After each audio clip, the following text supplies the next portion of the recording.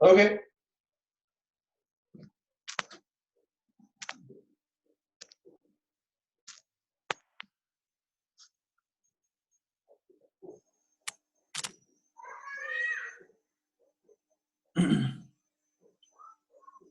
So हामी अस्ति unit 6 पढ्दै थियौ है।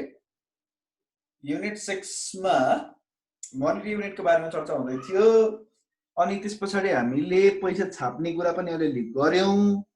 अनि त्यसपछि हामी कहाँ पुग्यौं त भन्दा approval from government of Nepal and board before issuing notes का कुरा गर्दाखेरि जस्तो नोट को साइज कत्रो हुने, त्यसमा आउने चित्रहरू बेसिक चित्रहरू के हुने हैन, अनि त्यसको डिनोमिनेसन कति रुपैयाँको नोट बनाउने, यस्तो कुराहरू चाहिँ सरकारले डिसाइड गर्छ। त्यसपछि अर्को के कुरा गर्यौं, त्यसका टेक्निकल कुराहरू, त्यसमा संसारमा सेक्युरिटीका लागि साना फिगर्सहरू के युज हुने, अनि सेक्युरिटी फिचर्सहरू कस्तो आउने, कस्तो खालको हामी प्रिन्टिङ मटेरियल युज गर्ने, इङ्क युज गर्ने, योसँग सम्बन्धित निर्णय कसले गर्छ त?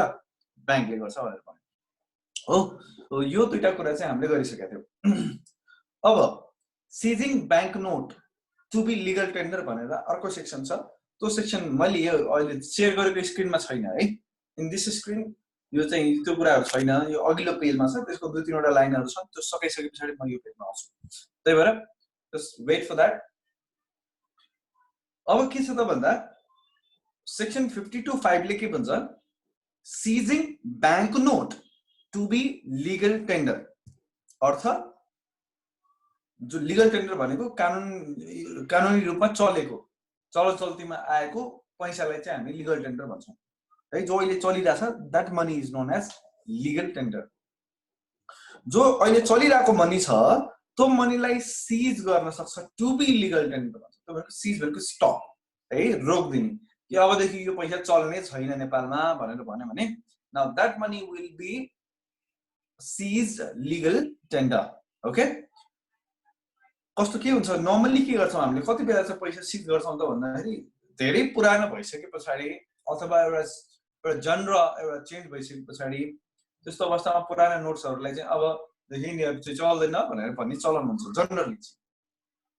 मैले अस्ति पनि इक्जाम्पल दिएको थिएँ, त्रिभुवनको पालाको नोटहरू अब नचल्ने है। ओके,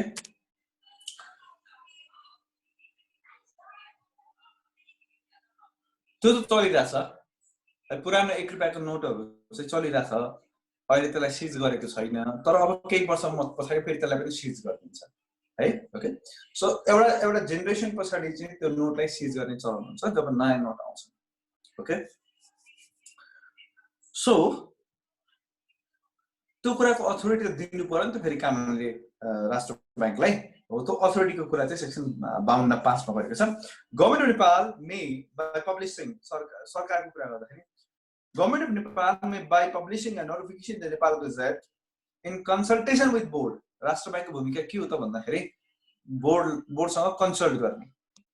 के भन्छ, this meeting will and in 10 minutes, how is it possible?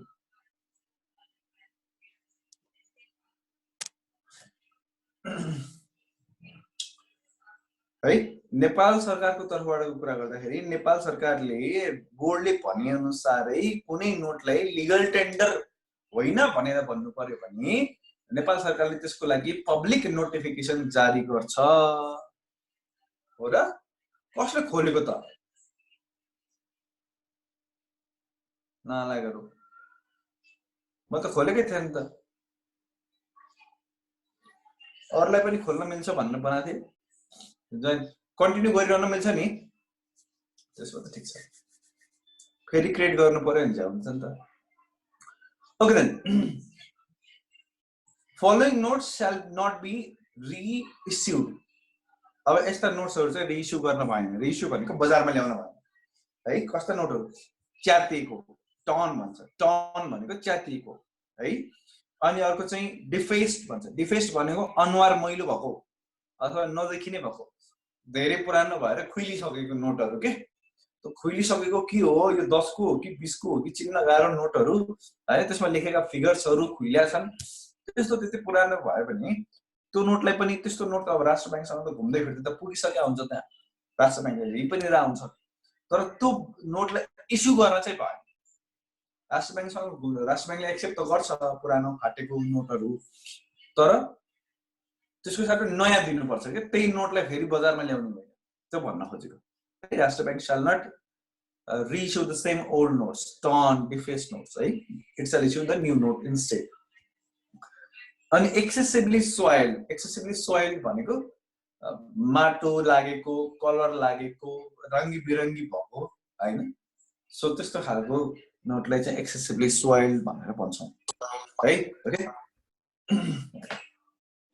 अब यस्तो खालको नोटहरू बजारमा आउँदैन। हेर, राष्ट्र ब्याङ्कले त बिल्कुल करकराट, बिल्कुल नयाँ नोट, एकदम सफाचट नोटहरू मात्रै बजारमा ल्याउँछ।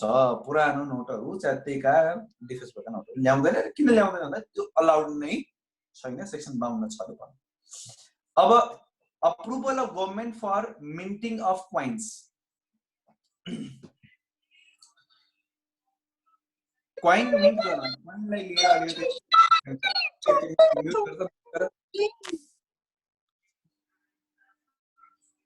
what happens म्युट भएको छैन त कसको?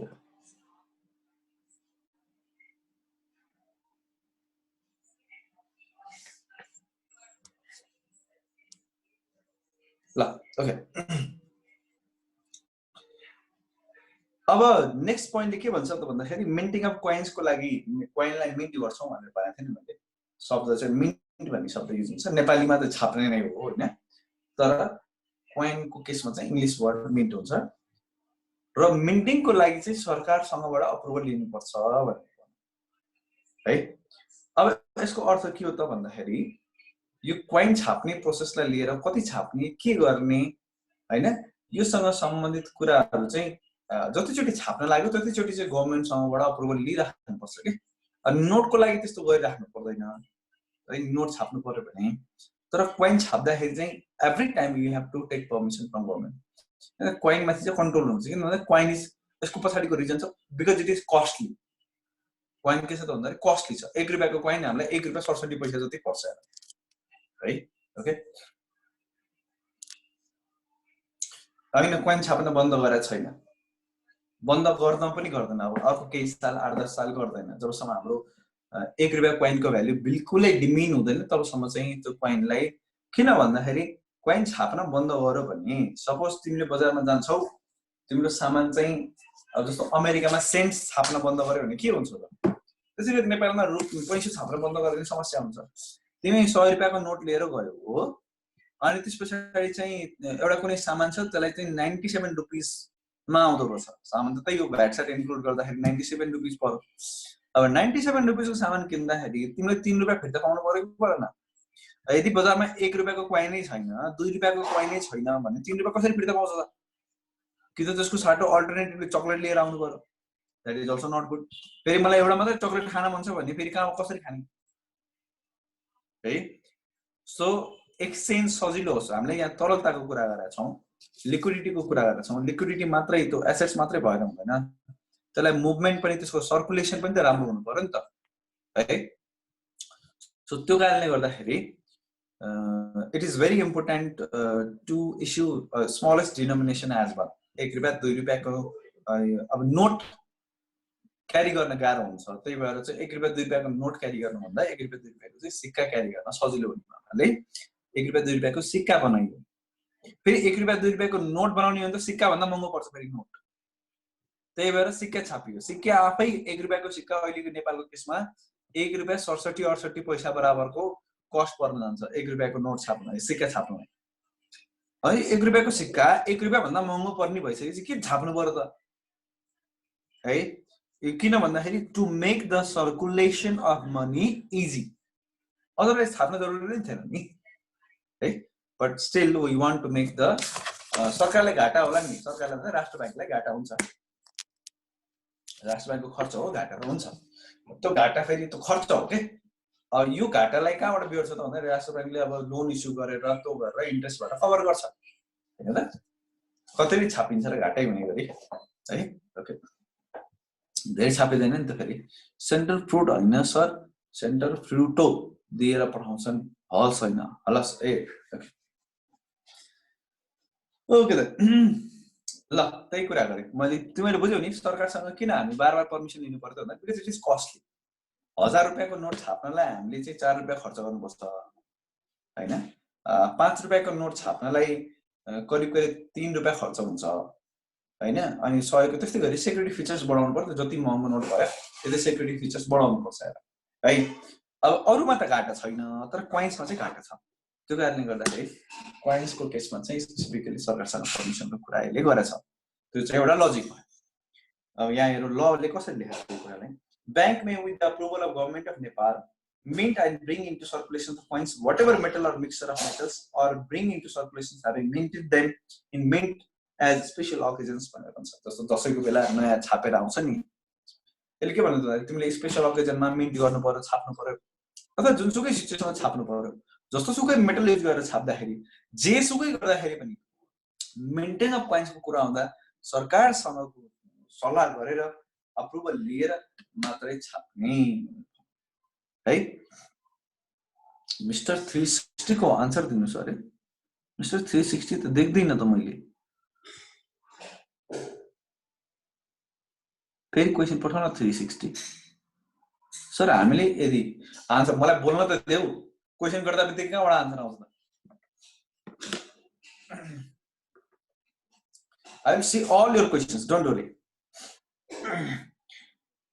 अब यही कुरा गर्दै थिएँ मैले मिन्ट सरकारसँग पर्मिसन लिएर मात्रै राष्ट्र बैंकले मिन्टिङ अफ कॉइन्सको केसमा चाहिँ त्यसरी छाप्नुपर्छ हरेक चोटी चाहिँ गर्नु पर्यो नोटको केसमा के स्पेशल हुन्छ नोटको केसमा त्यसरी सरकारसँग बार अप्रुभल लिनु पर्दैन नोट कस्तो हुने कस्ता कलर आउने के गर्ने सरकारले एकचोटि डिसाइड गरेर दिइसकेपछि आवश्यकता अनुसार राष्ट्र बैंकले आफै छाप्न सक्छ नोट्सहरु तर कॉइन्सको केसमा चाहिँ अप्रुभल लिइराख्नुपर्छ है अब यसले के भन्छ त भन्दाखेरि the bank may if it deems appropriate cause such coins minted in any foreign mint भनेको विदेशमा भएको मिन्टिङ मसिन्सहरु mint भनेको company which mints the coin है बैंकले सरकारले त्यसरी अप्रोप्रिएट के रे अप्रुभल दिइसकेपछि छाप्नलाई जुनसुकै विदेशी मिन्टबाट छापेर ल्याउन सक्छ कहाँबाट छाप्ने भन्ने कुरा सरकारले भन्नु पर्दैन यो बैंकले आफै डिसाइड गर्न सक्छ भन्नु पर्छ ओके नाउ त्यसपछि चाहिँ बल्ल यो तिमीहरुलाई मैले स्क्रिनमा शेयर गरेको छु यी कुराहरु चाहिँ यहाँ छन् नो अप्रुभल फर क्वाइन्स मिन्टिङ फेरि अघि अप्रुभलको कुरा गरेछ अहिले अप्रुभल चाहिँदैन भनेर भन्छ यसमा एउटा कुरा चाहिँ यस्तो भनेको छ प्रोवाइडेड दैट त माथि पढ्न सक्छौ तिमीले provided that if coins minted once with the approval is to be re-minted no approval of government of Nepal shall be required के भनेको त अहिले एकचोटी मिन्ट गरिसक्यो क्वाइन है एकचोटी मिन्ट गरिसकेपछि त्यसलाई रिमिन्ट गर्नु पर्यो भनेको त्यो क्वाइन पुरानो भयो के भयो त्यो क्वाइनलाई फेरि पठाएर हैन त्यसलाई रिन्यू गर्नु पर्यो अथवा त्यसमा डिफेस भएको छ भने अथवा त्यसको अनुहार बिग्रेको छ भने कुच्चेको छ भने हुन्छ धेरै वर्ष त्यो युज गरिसकेपछि घोटेर अब त्यो अलिकति नदेखिनु हुन्छ अब त्यसलाई पठाएर फेरि रिमिट गर्नु पर्यो भने त्यस्तो अवस्थामा चाहिँ कस्ट कम पर्नेमा हुनाले अल्टिमेटली यस्तो केसमा रिमिट